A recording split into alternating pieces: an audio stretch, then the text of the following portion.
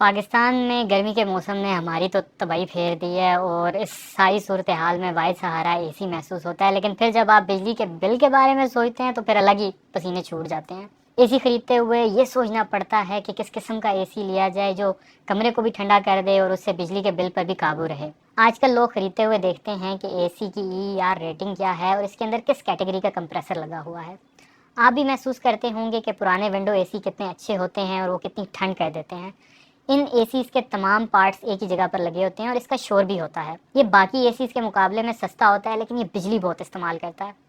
इसी वजह से विंडो एसी की ईईआर यानी कि एनर्जी एफिकेसी रेशो की रेटिंग कम होती है। ईईआर से हमें मालूम होता है कि एक एसी में बिजली की फी वाट खपत के साथ ठंड करने की कितनी सलाहियत है। एक एसी की जितनी ईआर रेटिंग ज़्यादा होगी उतनी ही बिजली की ज़्यादा बचत होगी। इसी वजह से पाकिस्तान में ज़्यादातर लोग स्प्लिट एसी इस्तेमाल करते हैं जिसके इंडोर यूनिट में एवेपोरेटर होता है जबकि आउटडोर यूनिट में कंडेंसर और कंप्रेसर होता है। स्प्लिट एसी की भी मजीद दो इकसाम हैं, एक इन्वर्टर और दूसरा नॉन इन्वर्टर एसी। इन दोनों में बुनियादी फ़र्क कंप्रेसर का होता है। कंप्रेसर को एसी का दिल भी कहा जा सकता है जो कंडेंसर के साथ मिलकर ठंडी हवा लाता है। इन्वर्टर एसी बनाने वाली कंपनियों का कहना है कि जदीद इन्वर्टर एयर कंडीशनर्स में बिजली की बचत के लिए कंप्रेसर की मोटर की रफ्तार को मौसर तरीके से कंट्रोल किया जाता है।